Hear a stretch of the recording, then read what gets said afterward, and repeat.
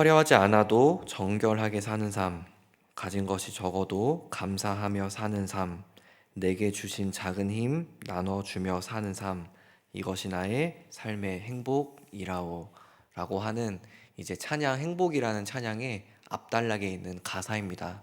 이 찬양의 가사처럼 화려하지 않아도 또 가진 것이 적어도 또 가진 힘이 별로 없더라도 그것에 대해서 감사하면서 오히려 그것을 나눠줄 수 있는 것이 우리의 행복이라고 정말 고백하십니까? 네, 그렇게 고백하는 것이 우리 모두의 행복이기를 소원합니다. 우리의 머리로는 이제 하나님을 또 믿는 사람들이기 때문에 정말 이처럼 하나님이 나에게 눈에 보이는 많은 것을 주시지 않았다 하더라도 내 삶이 다른 사람에 비하여서 화려하지 않는다 하더라도 행복하다는 것을 머리로는 잘 알고 있지만 사실상 우리가 살아가면서 정말 이 찬양의 가사로 행복감을 느낀다는 것은 또 다른 문제인 것 같습니다. 이성적으로는 행복하다고 우리가 충분히 알 수 있는데 정작 그 이성적인 것이 우리의 감정적으로 끌어오르지 않기 때문입니다. 가령 예를 들어서 밥을 먹는다고 할 때 우리는 요즘 시대에는 흔히 우리가 무엇을 먹을지를 대부분 고민하며 살죠. 그런데 우리 나라 말고 다른 또 훨씬 못 사는 나라에서의 누군가는 분명히 내가 오늘 한 끼를 먹을 수 있을 것인가에 대해서 고민하는 사람도 분명히 있을 것입니다. 그렇게 생각한다면은 내가 밥 한 끼를 온전히 먹을 수 있을 것인가에 대해서 고민하는 게 아니라 오늘 아침은 뭐 먹을지, 점심은 뭐 먹을지, 저녁은 뭐 먹을지, 야식은 뭐 먹을지에 대해서 충분히 고민하고 선택할 수 있는 나의 삶이 참 행복한 삶이다라는 것을 느끼면서 그것에서 행복감을 고백할 수도 있지만 사실상 우리의 행복감은 어디서 고백되느냐? 맛있는 걸 먹었을 때 맛있는 걸 먹고 너무 행복해 라고 대부분 고백하기 마련이죠.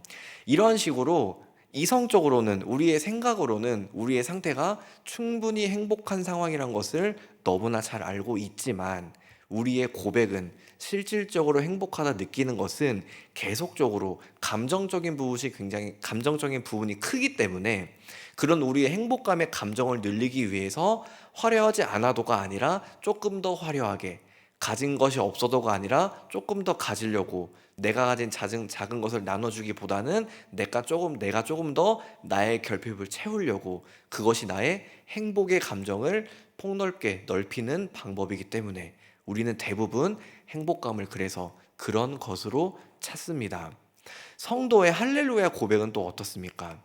할렐루야라는 것은 하나님이 우리에게 이미 모든 것들을 행하셨기 때문에 우리의 삶 속에 매 순간순간마다 고백해야 하는 우리의 신앙의 고백일 텐데 우리의 할렐루야 고백이 어느 타이밍에 이루어지나를 잘 돌아보면 우리가 근심하고 낙심하여 기도하던 것이 성취가 되었을 때 나의 감정이 굉장히 떨어져 있다가 그것을 하나님이 놀랍게 역사하셔서 내가 확 끌어올라왔을 때 그러한 식의 상황이 있을 때 우리는 아멘, 할렐루야 힘있게 고백을 합니다. 그렇지만 우리는 모두 머리로는 이성으로는 다 알고 있습니다. 이미 주님께서는 우리를 위하여 십자가에 못 박히시기까지 하셨는데 모든 것을 다 내어주셨기 때문에 성도의 고백은 마땅히 내가 어떤 상황에 놓이든 간 어떤 감정 속에 놓이든 간에 지속적으로 할렐루야가 고백돼야 되는 것을 우리는 다 알고 있습니다. 하지만 실상 우리가 매 순간 그렇게 행복감에 쌓여서 할렐루야를 고백한다는 것은 현실적으로는 또 다른 문제가 되는 것이죠. 이런 것처럼 우리가 자꾸 어딘가에 갇혀서 어딘가에 부딪혀서 내가 해야 할 바를 하지 못하고 마땅히 고백해야 할 것을 고백하지 못하는 상황이 지속되지 않기를 소망합니다.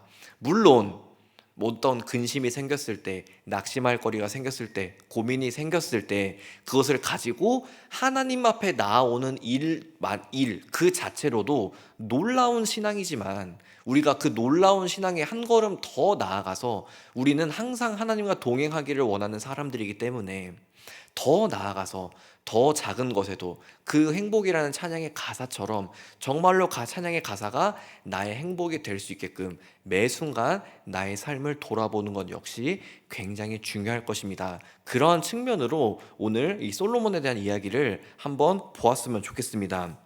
이제 솔로몬은 이스라엘의 세 번째 왕인데, 솔로몬이 왕이 되는 것은 우리가 이제 탄탄대로를 걸었다고 생각을 하지만, 사실상 솔로몬이 초기에 즉위했을 때는 그렇게 탄탄대로까지는 아니었습니다. 그 다윗의 수많은 아들 중에서 거의 최고 장자격인 아도니아가 사실은 가장 왕의 위치에 가까웠지만, 어쨌든 간 하나님은 아도니아를 선택한 것이 아니라 솔로몬을 선택하셨고, 솔로몬에게 기름 부으심으로써 그를 이스라엘의 세 번째 왕으로 세우셨습니다. 그것은 인간적인 시선으로 바라봤을 때는 사람의 질서를 하나님이 어기시고 하나님이 의미적으로 선택하시는 것처럼 보이기도 하지만, 사실상 솔로몬 초반부에 네가 나에게 무엇을 원하느냐라고 말했을 때, 솔로몬이 나는 다른 그 어떤 것도 원하지 않고 오직 주님을 더 알아갈 수 있는 지혜를 얻기를 원합니다라고 고백하는 것으로 미루어 보아 하나님의 선택에는 정말로 너무나 놀랍다는 것을 알 수가 있었습니다. 그런 질서가 우선시 되는 것이 아니라 정말 하나님의 합당한 사람, 오히려 그런 고백을 통하여서 이 사람은 다윗 이상의 왕이 될 수도 있겠다라는 자질을 갖고 있는 사람이다라는 것을 말씀을 통해서 확인할 수 있습니다. 이렇게 그 솔로몬이 왕이 되어서 이제는 왕의 어떤 것들을 해 나갈 때에 잘 탄탄대로를 걸어 나갔지만, 여전히 그 나라의 정세상 누군가는 솔로몬의 왕권에 대해서, 누군가는 인간적인 질서에 대해서 걸고 넘어지는 세력이 없을 수가 없었기 때문에 솔로몬은 자신의 왕권을 강화하는 측면에서 특단의 조치를 내리는데, 그것이 바로 성전 건축입니다. 아버지인 다윗에게는 허락되지 않았지만 아들인 나에게는 허락되었던 하나님의 과업이자, 이것을 행함으로 말미암아 내가 확실히 이스라엘의 왕이라는 것을 못 박을 수 있는 사역, 그것이 성전 건축이었기 때문에 성전 건축을 열왕기상 6장 7장을 통해서 하게 되고, 우리가 살펴본 이 6장의 말씀은 성전의 외측 외벽 쪽을 건축하는 내용입니다.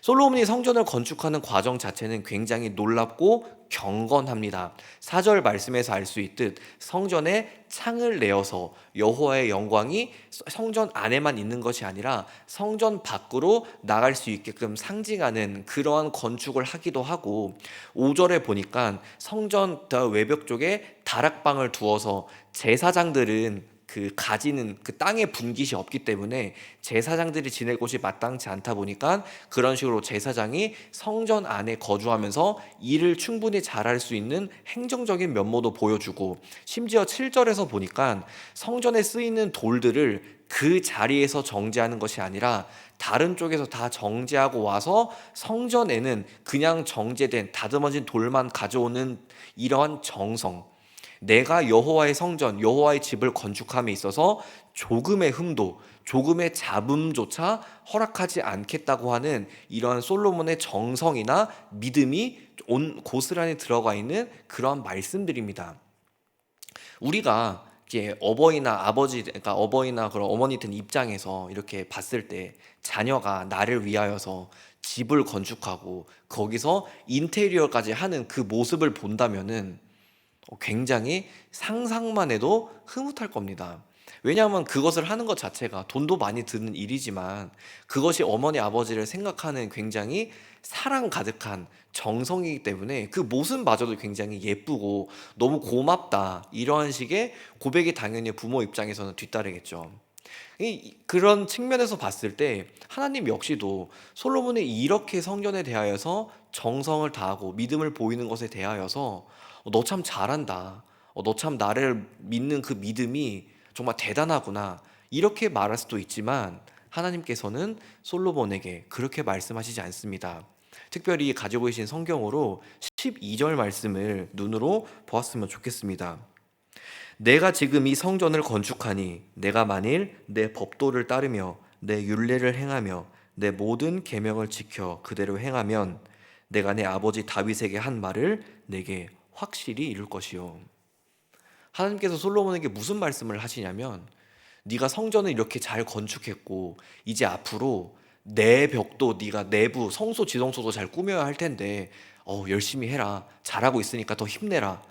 칭찬이나 격려의 말씀이 따르는 것이 아니라, 너가 지금 성전을 건축했지만 네가 내 아버지 다윗의 길처럼 형통하게 되는 길은 내가 말한 율법과 율례와 법도를 지켜 행하는 것이라고, 성전과 전혀 관계없는 말씀들을 솔로몬에게 하십니다. 그 말씀은 무엇입니까? 성전을 건축하지만 성전 때문에 너의 신앙이 모든 것이 설명되는 것이 아니라는 것을 솔로몬에게 경고하시는 것입니다. 성전을 건축하더라도 네가 만약 나의 길에서 멀어진다면 형통함이고 보고 아무것도 없다고 말씀하시는 거죠. 특별히 이 말씀이 어디서 나온 말씀이냐면, 열왕기상 2장에 보면 이제 다윗이 죽기 전에 솔로몬에게 유언을 하는 장면에 등장하는데, 유언의 가장 첫 번째 초반부의 말씀입니다. 다윗이 솔로몬에게 이렇게 말을 합니다. 2장 3절에서 내 하나님 여호와의 명령을 지켜 그 길로 행하여 그 법률과 계명과 율례와 증거를 모세의 율법에 기록된 대로 지키라. 그리하면 내가 무엇을 하든지 어디로 가든지 형통할지라. 다윗 역시 솔로몬에게 무엇을 말하냐면, 성전에 대한 그 어떤 언급도 하지 않습니다. 하나님 아버지가 나에게 허락하진 않았지만 너에게는 허락하신 성전을 내가 잘 건축해 줘라. 이런 식의 유언을 남기지 않습니다.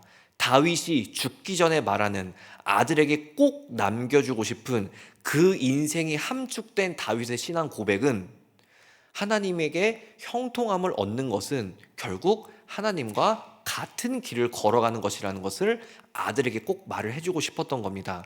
그리고 그 다윗이 솔로몬에게 했던 그 말을 솔로몬이 절대 잊지 않게 하기 위하여 하나님이 성전을 건축하는 시점에서 다시 한번 다윗이 했던 말을 그대로 하나님이 대신 또 한번 솔로몬에게 말을 해주고 있는 것이죠.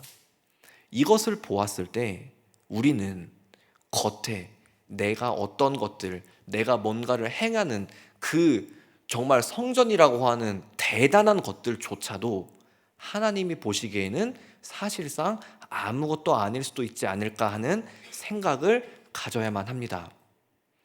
가령 이렇게 많은 것들을 행했을 때 예수님께서 뭐라고 말씀하십니까? 당시에 유대인들에게 내가 이 성전을 헐어버리고 3일 만에 다시 세우겠다는 말씀도 하지 않으십니까? 중요한 것은 화려한 건물이 아닙니다. 화려한 나의 정성이 아니었습니다. 정말 중요한 것은 내가 하나님의 길을 온전히 걸어가고 있느냐, 내가 하나님과 온전히 동행하는 삶을 잘 살아내고 있느냐, 그것이 중요한 것입니다. 한 수업을 듣다가 교수님께서 이런 물음을 던지셨습니다. 종교개혁 이후에 이제 수많은 복음을 외치는 수많은 교회들이 생겨났고 수많은 교회들이 참 많은 성장을 이룩했는데, 돌이켜 보면은 그렇게 성장했던 교회들 중에서 처음 성장 가도를 달리는 그 기간이 100년이 지속되는 교회가 지금까지 단 한 개도 없었는데 왜 그렇게 생각하느냐고 학생들한테 물었습니다. 왜 그럴 것 같습니까? 왜 부흥을 달리던 교회가 잘 성장해도 그 성장이 100년이 안 될까요? 오히려 그 성장을 유지하는 것에 굉장히 급급합니다. 그런 교회조차 몇 개 없죠. 대부분은 100년이 채 지나기 전에 알아서 쇠퇴하거나 없어지기 마련입니다. 100년이라는 숫자는 산술적으로 봤을 때 한 목사가 그 교회를 담임하는 데 있어서 대충 30년 정도라고 했을 때 약 3번의 담임 목사를 거쳐가는 기간을 그냥 상징적으로 교수님이 표현한 것입니다. 왜 교회가 3번의 담임 목사가 정상적으로 목회할 때 그것을 온전히 처음에 가졌던 성장을 쭉 가져가지 못할까요? 그것은 어느 순간 교회가 내가 좋았던 모습을 전통으로 남기고자 했을 때 그 전통이 우리의 또 다른 우상이 되었기 때문입니다. 내가 잘 나갈 때, 우리 교회가 잘 나갈 때 이 모습을 시스템에서 조직화해서 전통으로 남겨서 이 화려한 모습을, 우리의 화려한 업적을 하나님이 우리에게 허락하신 이 위대한 역사를 온전히 잘 남겨둬서 뭔가 물려주고자 하는 마음들이 어느 순간 세대가 바뀌고 사람이 바뀌었을 때 그 전통과 역사가 오히려 새 생명의 성장을 방해하는 족쇄가 되진 않았는지, 구속이 되지는 않았는지, 그것에 대해서 교회가 돌아볼 수 있어야 한다는 말씀을 하시는 맥락이었습니다. 우리의 신앙도 마찬가지가 아닐까 생각을 합니다. 우리의 신앙에서도 지나간 우리의 뜨거웠던 시간들, 신앙적으로 열심히 했던 시간들, 열심히 봉사하고 열심히 예배하고 열심히 주님을 고백했던 그 모든 순간들, 우리만의 성전을 건축했던 그 순간들이 우리의 현재의 신앙을 증명해 주지 않습니다. 그 시절에는 그 시절에 하나님을 나의 모습이 따른 것이고, 지금은 내 모습에 합당하게 하나님을 따르는, 하나님의 길을 걸어가는 나의 신앙의 길이 요구되어집니다. 절대로 과거에 매몰되어선 안 될 것입니다. 화려한 예배가 아니어도 상관없습니다. 화려한 기도, 미사 요구가 붙어진 기도가 아니어도 상관없습니다. 화려한 헌금 액수가 아니어도 상관없고, 화려한 예배당이 아니어도 상관없습니다. 우리에게 중요한 것은 화려하지 않아도 감사할 수 있는 것, 가진 것이 없어도 나눠줄 수 있는 것, 그렇게 하나님이 현재 나에게 허락하신 그 길에서 하나님께 최선을 다하는 것, 그것이 우리에게 가장 중요한 신앙생활일 것입니다. 그 신앙생활에 대하여서 고민하고 묵상하는 오늘 하루와 또 남은 날들이 되기를 주님의 이름으로 소망합니다. 기도하